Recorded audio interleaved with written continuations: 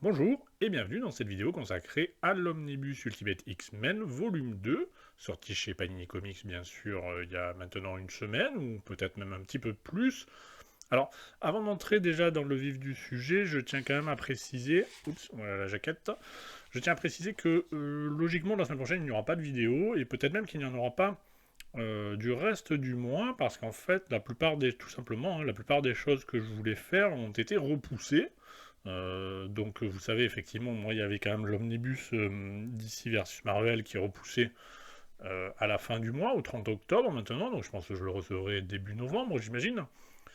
Vous aviez aussi donc l'omnibus Les Micronauts qui devait sortir là chez Panini le 15 octobre et qui est maintenant annoncé pour le mois de mars 2025, c'est ça? Oui, ça, on est déjà 2025.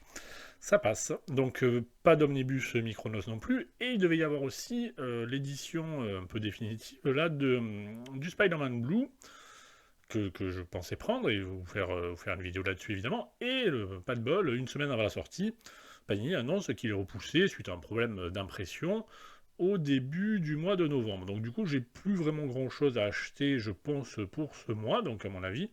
Voilà, je vais pas faire une vidéo pour vous raconter ma vie non plus. Donc, il y aura probablement rien, là encore, ce mois-ci, mais bon, bah, il y aura un petit embouteillage, du coup, début novembre, puisque la même semaine, hein, aux alentours du 5 ou du 6, je sais plus exactement quel jour, il y aura trois trucs que je vais me prendre et sur lesquels j'avais prévu de faire une vidéo. C'est-à-dire donc le Spider-Man Blue, le Weapon X noir et blanc, et l'Omnibus Wolverine par Jason Aaron. Donc ça va forcément, bah, c'est pas l'idéal pour moi, mais bon, c'est comme ça, hein. Si les trucs sont repoussés, les trucs sont repoussés, hein. Donc voilà, donc, alors aujourd'hui on va parler de cet Ultimate X-Men Volume 2. Alors je vais vous montrer déjà ce qu'il y a à l'intérieur. Donc vous avez les épisodes de la série régulière 34 à 74, Ultimate X-Men Annual 1 et 2, et Ultimate X-Men Fantastic Four 1, et voilà, Ultimate Fantastic Four X-Men 1. Donc on va voir ça ensemble. Comme vous voyez ce coup-ci, j'ai pris la standard édition. Il y a aussi une variante avec Gambit, je crois. D'ailleurs, je ne sais pas si vous l'avez vu, je crois que j'en avais pas parlé, mais les variantes, maintenant, on peut les trouver chez certains revendeurs depuis maintenant presque un an, hein. Je crois que ça a commencé au début de l'année. Euh, Bon, c'est bien. J'imagine que les libraires qui râlaient parce que bon, bah, Panini leur faisait concurrence, ils sont contents. Après, je pense pas que ça soit ça la vraie raison. La vraie raison, c'est qu'ils n'arrivent pas à les vendre, à mon humble avis, hein. Sur leur site, les variantes, parce qu'on voit que malgré le fait que ce soit des tirages soi-disant limités, enfin non, effectivement, ils sont limités, mais c'est limité à 300 et on voit qu'ils n'arrivent pas à les écouler, quoi. Même plusieurs années après, c'est toujours disponible, les variantes, même souvent soldées à 5%. Donc c'est clairement qu'ils n'arrivent pas, je pense, à les vendre clairement sur leur site. Donc c'est pour ça que, bon, ça, bah, en plus, comme ça, du coup, les libraires sont contents, ils les fourguent un peu à tout le monde.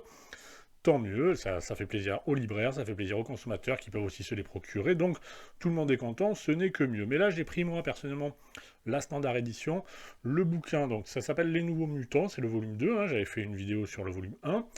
Déjà, je tiens à dire qu'il est beaucoup trop gros. Le papier est très épais, hein. Le paquet, je vais essayer de vous montrer ça. Il est beaucoup trop gros. C'est énorme, quoi. C'est un pavé énorme, c'est ridicule. Il fait, je crois, pourtant que 1100, enfin, que non, il fait 1100 pages ou un truc comme ça, mais c'est vraiment ridicule. Pour moi, c'est beaucoup trop gros. Je vous l'ai dit, hein, clairement, moi, les trucs à plus de. Là, je vous ai mis le Wolverine, donc il fait quand même bien 450 pages, un truc comme ça, pour que vous voyez. Là. Mais bon, le Wolverine, l'Epic Collection, le papier est fin, presque comme celui de la VO. Mais là, l'omnibus, donc un papier très épais, ce qui fait que pour un omnibus à plus de 1000 pages, moi, normalement, je les prends pas, et sincèrement, je pense que je vais le revendre pour vous dire les choses comme elles sont, parce que c'est pas très commode, hein, très sincèrement.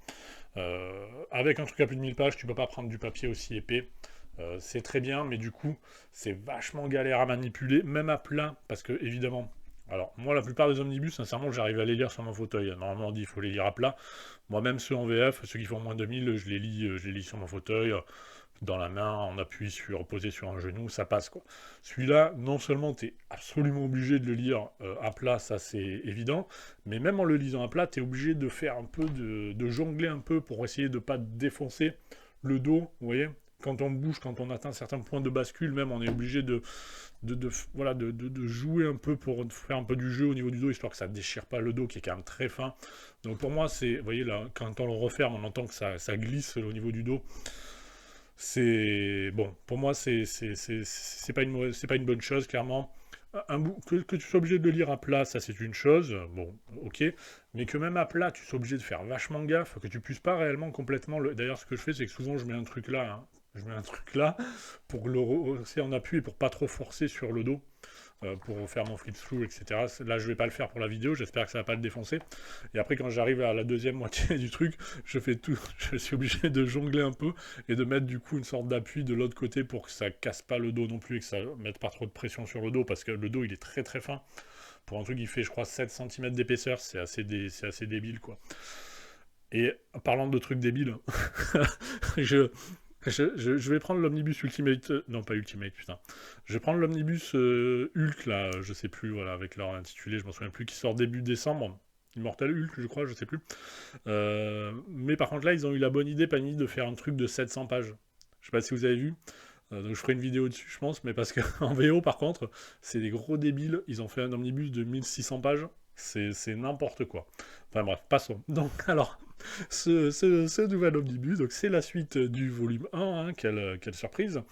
Et on voit, vous voyez là les auteurs, donc vous avez Bendis, Vaughan et Kirkman essentiellement au scénario. Bon, ils mettent Mike Carey, je crois qu'il écrit pas grand chose quand même. Ouais, il y a David Finch et Andy Kubert. Je m'aperçois qu'ils donnent quand même, ouais, qu'ils ont quand même, ouais, ils ont pas mis Peterson, ils ont pas mis Stuart Timonen aussi sur la couverture, alors que bon, ouais, Stuart Timonen, c'est probablement lui qui dessine le plus d'épisodes de cet omnibus, donc je trouve ça un peu chelou quand même de pas le mettre, sur la couverture. Mais donc, on va attaquer ça. Donc ensuite, avant de commencer le flip through à proprement parler, toujours au niveau formel, donc vous avez un papier qui est très épais effectivement. Ce que je voulais dire, c'est qu'ils font comme ils avaient fait, je crois, pour le volume 1. C'est-à-dire qu'ils ne mettent pas les crédits dans les épisodes, vous voyez. Là, je pense que c'était la page où il y avait les crédits normalement en VO.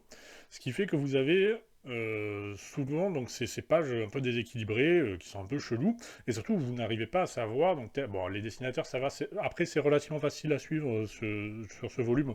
Qui écrit et qui dessine, c'est assez facile. Mais du coup, donc, vous n'avez pas les crédits dans les épisodes. Et le truc qui, pour moi, m'ulcère absolument, c'est que donc, vous avez là les crédits au tout début, mais il n'est pas précisé quels épisodes ils font.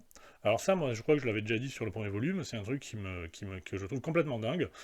Si tu trouves, pour je ne sais quelle raison, que c'est plus stylé de lever les crédits dans le comics, à ce moment-là, il faut mettre après les noms, entre parenthèses, quels épisodes ils ont fait. Il y en a pour pas 1 heure de boulot. Sérieusement, pour un bouquin à 90 balles, sérieux, tu prends 1 heure et tu le fais, quoi. Si vraiment ton délire, c'est de dire non, non, je veux pas qu'il y ait les crédits dans le comics, eh ben là, tu mets entre parenthèses quels épisodes ils ont fait. Alors oui, on va dire oui, mais c'est relou parce que du coup, il va falloir que je le fasse pour les coloristes et les encreurs alors que tout le monde s'en branle. Ok, d'accord, mais à ce moment-là, tu les laisses dans le comics, quoi. Mais si tu l'élèves du comics, il faut qu'entre parenthèses, là, tu mets que dans chaque épisode, ce qu'ils ont fait, quels épisodes ils ont fait. Encore une fois, il y en a pas. C'est pas un taf de malade non plus, hein, faut pas déconner. Et surtout, alors moi, après, dans les comics, c'est vrai que parfois, je trouve que ça jure un peu d'avoir ces pages un peu déséquilibrées. Je vais essayer de vous montrer ça. À la rigueur, quand le fond est noir, ça passe. Ou en tout cas coloré, vous voyez, comme ça. Bon, spoiler alert, j'ai supprimé une lumière parce que je crois que ça faisait quand même beaucoup trop de reflets. Vous voyez, à l'arrière, quand c'est coloré, ça passe, même si c'est quand même chelou hein, d'avoir un truc comme ça, quoi. J'imagine que là, il y avait les crédits. Mais vous voyez, autant quand le fond est noir, ça fait bizarre, mais je peux éventuellement le concevoir, ça peut s'envisager. Par contre, je ne sais pas pourquoi, parfois peut-être pas d'impression, hein, plus d'encre dans l'imprimante, je ne sais pas, mais parfois vous avez des pages qui sont blancs. Et par contre là, avec le fond blanc, c'est un peu dégueulasse quand même, hein. Là, ça fait chelou quand même, hein. Là, tu vois ça, tu te dis, mais qu'est-ce qui se passe, quoi? Vous voyez, là encore, c'est quand même très spécial, quoi. Moi, personnellement, bon, voilà, ça m'emballe pas, on va dire, quoi. Donc, comme vous pouvez le voir, au niveau du scénario, donc c'est plus bizarre. C'est remplacé par Bendis au début sur les 2 premiers arcs. Je trouve que c'est personnellement ce qu'il y a de mieux de l'omnibus, les deux premiers arcs, je trouve qu'il s'en sort bien, Bendis. Le passage de Vaughan, c'est vraiment les parties sur lesquelles j'ai eu le plus de mal personnellement, parce qu'il va vraiment, notamment dans le deuxième arc, accentuer le côté ado, un peu énervant des personnages, et moi j'avoue que ça m'a un peu trigger parfois. Après Kirkman, sur la fin, c'est les trois principaux scénaristes. Kirkman, c'est sympa, mais bon, rien d'extraordinaire non plus. Au niveau des dessins, c'est principalement donc David Finch sur les deux premiers arcs. Ensuite, vous avez un arc Brandon Peterson, un arc Kubert, et après Stuart Timonen qui fait presque un tiers de l'omnibus. Donc c'est lui qui dessine le plus, je crois, hein, sur cet omnibus, quasiment. Donc c'est moins mon style, Timonen, mais franchement, c'est quand même très très bien. Et donc globalement, vous avez ces 4 dessinateurs, donc c'est quand même... voilà, c'est vraiment... c'est plutôt ultra quali quand même, à ce niveau-là, franchement, il n'y a aucun souci. Donc on commence avec cet arc, effectivement, donc Bendis et David Finch, avec donc évidemment, bon, Bendis évidemment, qui fait débarquer Ultimate Spider-Man. C'est très sympa, ce premier arc. Ils essayent de réhabiliter un petit peu clairement, j'imagine pour revenir un peu sur les excès ou les exubérances un peu de Mark Millar dans les épisodes. Ils essayent de réhabiliter un petit peu Wolverine suite à l'histoire entre lui et Cyclope. Je vais pas plus spoiler que ça, mais voilà. Mais ouais, ils essayent de réhumaniser un petit peu Wolverine, de le réhabiliter un petit peu. C'est très sympa, donc Peter Parker, Spider-Man. C'est très graphique. C'est très très graphique. Ça se lit très très bien. C'est ce premier arc, la blockbuster. Moi j'ai beaucoup aimé. C'est vrai que... alors il y a un petit paradoxe, c'est que j'ai quasiment préféré les épisodes dans cet omnibus dans lesquels il n'y a pas tous les X-Men. C'est pour ça que c'est sûrement pas une de mes séries préférées des X-Men, parce que je trouve que là où c'est le plus intéressant, c'est quand ils y sont pas tous. Et quand ça se consacre à quelques personnages. Alors que normalement c'est censé être un peu l'inverse quand même, les X-Men, puisque c'est censé être une grande famille. Oui, c'est très graphique. Il y a quand même... Alors, je vais pas mentir, plusieurs fois, je me suis quand même fait la remarque, en tout cas sur le passage de Bendis, je me suis demandé quand même s'il leur avait fait un prix, quoi. Il n'était pas payé demi-tarif, parce que c'est vrai que, vous allez voir, il y a parfois des successions de pages... ouais, je me dis, mais le scénariste, il est vraiment payé, là Parce que bon, là, pour le coup, c'est vrai que je sais pas combien de temps il mettait pour écrire ça, mais je pense que ça peut s'écrire quand même relativement rapidement, on va dire. Les dessins, non, mais les dialogues et le scénario, bon, c'est quand même très très léger, quoi, on va dire. Mais ça se lit très bien, hein, c'est bien écrit, c'est pas la question, quoi. Mais c'est juste que c'est vrai que parfois, t'as des 4-5 pages avec quasiment pas de texte. Bon, quand t'as grandi dans les années 80, c'est sûr que ça te fait un peu bizarre. Mais c'est très sympa à suivre, hein, évidemment, il n'y a pas de souci. Donc on suit Wolverine avec Peter Parker. Euh, ouais, comme vous voyez, il y a l'air de ville aussi qui apparaît un petit peu. Ce premier arc blockbuster, il est vraiment bien. Je vais passer un petit peu pour voir la suite. Là, vous voyez, on voit vraiment que Wolverine, il essaye de le faire revenir, il essaye de le faire revenir un peu dans le giron des X-Men. Ensuite, on passe à cet arc, le deuxième arc, les nouveaux mutants. C'est toujours dessiné par David Finch et c'est toujours scénarisé par Bendis. C'est aussi, vous voyez, il y a Angel qui arrive. C'est un arc que j'apprécie aussi. On trouve toujours les mêmes thématiques de rejet des mutants, de racisme, etc. C'est évidemment les grands classiques des X-Men. Jusque-là, personnellement, ça va plutôt. Hein. J'apprécie clairement toujours la série. David Finch, c'est toujours remarquable. Voilà, vous avez cet épisode, je vais pas en parler plus que ça, je vais passer juste les 2-3 premières pages, puis après je sauterai à l'épisode suivant. Moi, c'est un épisode que j'aime beaucoup, et disons que pour moi, chez Bendis, il y a encore le côté un peu edgy qu'on voit là dans ce truc, qui va peut-être faire hurler certains vieux de la vieille fans des X-Men, mais que moi j'ai trouvé bien sympa, parce que de toute manière, c'est un autre univers, un univers Ultimate, donc tu peux faire des personnages qui font des choses différentes, hein, évidemment, de ceux auxquels on est habitué. Mais voilà, ça reste un peu edgy, un peu adulte, mais sans, j'ai envie de dire, les provocations, je vais pas dire adolescentes, mais pas loin de Mark Millar, avec le côté Magneto, enfin voilà, je reviens pas dessus, le côté... enfin voilà, tous les excès de Mark Millar. Donc on reste dans un côté, je trouve, encore assez adulte, assez un peu dur, qui va se perdre un peu, je trouve, après, à partir du passage de Vaughan, mais sans les excès de Mark Millar. Donc personnellement, je vous dis, le passage de Bendis, je vais le passer cet épisode pour pas vous spoiler. Voilà, donc ensuite on voit, voilà, on repart, j'ai coupé normalement la vidéo, et donc on voit donc Cyclope et Jean, etc. Les X-Men, toujours magnifiques, il n'y a pas de problème. Il y a quelques personnages, voilà. Donc là c'est Dazzler, bon forcément autre époque, un peu, voilà, bouffe le moins, sale, on commence à voir un peu les trucs, voilà, bon, c'est un peu, c'est pas ma came, on va dire, hein, sous cette... Et c'est un personnage que je trouvais assez désagréable, hein, tout du long, ça fait partie des quelques personnages, elle comme Iceberg, qui vont me saouler, je vais pas mentir. Alors c'est peut-être parce que je suis trop vieux, mais voilà. Encore là, ça passe, mais après, avec le run de Vaughan, voilà, on voit qu'il y a Emma Frost qui arrive. C'est vrai qu'il y a quelques personnages, notamment parmi les jeunes des X-Men, qui vont un peu me gaver, personnellement. Mais je reviendrai dessus en temps voulu. Avec là, évidemment, les grandes références aux droits civiques, à Martin Luther King, etc., les comparaisons avec les X-Men. C'est du connu, c'est du classique, il n'y a pas de souci. C'est plutôt bien fait, il n'y a pas de problème. Voilà, donc j'ai coupé probablement à la vidéo parce que ça spoilait quand même pas mal, ne serait-ce que visuellement, donc j'ai préféré quand même éviter. Ensuite, là on arrive avec le troisième arc, donc en quelque sorte, intitulé La Tempête, qui voit donc l'arrivée de Brandon Peterson sur un arc au dessin, qui va faire du très bon taf, et de Brian Vaughan au scénario. Alors d'entrée, bon, ça va direct accentuer sur le... Donc on voit machin Vega, là, donc sur le côté homosexualité, etc., qui va être relativement prononcé, ça va assez... Bon, parfois c'est un chouïa lourd, mais c'est pas non plus trop mal fait, ça passe à peu près, c'est pas ce qu'il y a de pire dans ce qu'a fait Vaughan, je trouve, personnellement, sur ce run. Ça passe, honnêtement. Il y a des trucs un peu chelous après, avec Colossus et tout, parfois, je sais qu'il y a des... Bon, c'est un peu... Bon, c'est pas toujours ultra finaux, mais bon, passons, ça passe à peu près. Les personnages, ouais, à partir de là, je vais pas. Le premier arc encore de Vaughan, je trouve que ça va.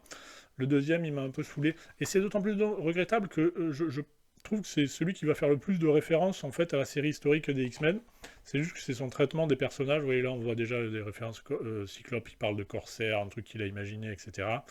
Dans un monde qu'il a inventé, quand mon père lui a offert l'Empire contre-attaque. Enfin bon, il va y avoir plein de références, oui, à la pop culture aussi, ou rock culture évidemment, là pareil avec Jimi Hendrix, etc. machin, par Vaughan. Donc c'est très référentiel. Il y a beaucoup de petits clins d'œil, vous voyez là, par exemple, on voit Kitty, il y a plein de clins d'œil, je vous dis, à la série Uncanny X-Men, donc ça c'est sympa, mais le problème c'est parfois les personnages, ils sont un peu casse-bonbons. Là, quand on voit Kitty qui est choquée du changement de look de Tornade, etc., là on a un personnage assez différent, évidemment, comme vous le voyez, sinistre, de celui qu'on connaît. Mais qu'est-ce que je voulais dire? Oui, donc, le premier arc, il passe encore. Moi, j'ai bien aimé. Voilà, il y a plein de petites références, hein, on commence à être un peu sur les relations sentimentales, etc. Genre, ah, il est maqué et tout, comme ça. Et ça va devenir de plus en plus prégnant au point de parfois me gonfler un peu. Je reviendrai là-dessus. T'as l'impression qu'ils sont toujours chauds bouillants, quoi, tous. Et non seulement ils sont chauds bouillants, ils passent leur temps à vouloir se taper dessus et à s'engueuler. Au point que parfois ça devient quand même... personnellement, ça m'a un peu lassé, je vais pas mentir. Donc comme vous voyez, Sinistre, très différent évidemment de celui qu'on connaît. Iceberg, donc probablement le personnage qui m'aura le plus gonflé dans ce run, hein, clairement. Donc ouais, avec Dazzler, clairement. Vous voyez que c'est toujours classe, hein, franchement, il a fait du super taf, je trouve. Ça passe vraiment très très bien. Le premier arc, il est pas mal centré sur l'histoire et sur l'action, donc il se passe très très bien. Voilà, c'est à partir de cet arc que j'ai commencé à avoir quelques petits, voilà, quelques petits agacements, on va dire, vis-à-vis des personnages. Vous voyez, c'est là, par exemple, ils n'arrêtent pas notamment Dazzler, là, il n'arrête pas... on va faire un tour derrière cette caravane, etc. Elle dit à Colossus, etc. Et lui, il veut pas et tout. Sérieux, je pisse pas, je suis canon, je suis doué, pourquoi tu veux pas, etc. C'est que des trucs comme ça. Ouah, au bout de deux trois fois, je vais pas mentir, ça devient un peu relou quand même, je trouve. C'est dommage parce qu'il y a plein de références, je vous dis, à l'univers des X-Men. Vaughan, je pense que clairement, on sent qu'il connaît mieux, qu'il connaît très bien les X-Men, sûrement mieux que Mark Millar. Bon, en même temps, c'est pas très dur. Mais voilà, bon, ils arrêtent pas des trucs des amourettes adolescentes. Ah, pourquoi tu m'as embrassé, etc. Machin, etc. Ils veulent toujours se foutre sur la gueule ou se choper. Après, graphiquement, c'est toujours excellent. Ah ben là, au deuxième arc où j'ai pas dit, on est passé sur du Kubert, là, effectivement. Donc c'est toujours très bien, il n'y a pas de souci. Mais on voit Gambit, effectivement, qui arrive. Vous voyez, il y a Iceberg, il arrête pas de vouloir à chaque fois se friter avec les autres membres des X-Men. Là, vous avez Tornade qui essaye de choper Wolverine. Voilà, ils essaient tous de se choper en permanence, quoi, donc c'est pas compliqué. Et puis, je vous dis, c'est un peu quand même parfois des dialogues qui font un peu, qui m'ont un peu, voilà, qui sont pas forcément, on va dire, c'est pas forcément ce que j'ai envie de dire. Quoi. Ah, Kitty est sorti avec Robert. Non, c'est lui qui m'a embrassé, moi je, etc. Vous voyez, donc c'est vraiment des trucs où t'es là, bon, est-ce que vraiment j'ai envie de lire ça? Pas forcément. Là, je vais vous trouver un autre exemple. Je sais pas si vous voyez, là, ils viennent juste de capturer Spirale, et vous avez donc Iceberg qui dit Bouh, effrayante la pieuvre, hein. C'est à quoi Kitty, je pense, c'est vrai, elle répond La pieuvre, à cause de tous ses bras, c'est ça Marrant. Merci Kitty. Ok, bon. C'est vraiment. Alors après, c'est tout à fait conscient hein, de sa part. Il a fait exprès d'écrire comme ça. Il voulait mettre l'accent sur. Il explique. On le voit d'ailleurs dans les bonus. Il y a un truc où il explique où il met l'accent. Il voulait mettre l'accent sur le côté. Ce sont des adolescents, etc. Donc ils parlent comme des adolescents et c'est lui qui a vraiment voulu accentuer ça. Donc c'est tout à fait conscient de sa part. Mais parfois c'est un peu relou. Et d'ailleurs, c'est d'autant plus relou que un truc qui m'a fait marrer c'est que parfois, il est presque. Je sais pas si c'est comme s'il essayait de se justifier, mais il fait même parfois dire à ses personnages des trucs que je pensais personnellement très très fortement sur notamment le côté, bah et voilà, comme s'il essayait d'expliquer pourquoi ces personnages se comportent comme ça, mais qui sont parfois un peu énervants. Vous voyez là d'ailleurs, vous voyez ça c'est dans l'annuel qui est un peu plus loin, il dit, à un moment il fait dire carrément à ces personnages, ils sont ensemble ou ils ont encore rompu? L'autre il répond, et ils ont 16 ans, Pete, ça change toutes les 5 minutes. Et c'est un peu le sentiment que j'avais, j'avoue, personnellement en lisant ça. Et pareil, genre un ou deux épisodes après, on a carrément Cyclope qui dit un peu exactement ce que je ressentais personnellement en lisant ces épisodes. C'est-à-dire, il gonfle un peu quand même. Quoi. Vous voyez là, il parle avec Jean et il fait ils vont me rendre dingue, Jean. Ils font ça tous les jours. Soit ils sont en train de se battre, soit ils s'éclipsent au grenier, ça n'a aucun sens. Quand tu te rappelles pas comment t'étais à cet âge, etc. Donc c'est vraiment, je trouve, il a accentué le côté, encore une fois, à dessin des adolescents, mais au point d'en faire plusieurs qui sont franchement insupportables. Donc voilà, hein, peut-être que je suis tout simplement trop vieux, hein, c'est possible. On voit encore Iceberg qui veut se friter avec tout le monde, c'est insupportable. Mais on voit donc là les Fenris. Après c'est sympa, donc là on est sur à ce moment-là sur le Kubert, je pense, oui. Je suis un peu perdu parce que j'arrête pas de naviguer dans l'omnibus.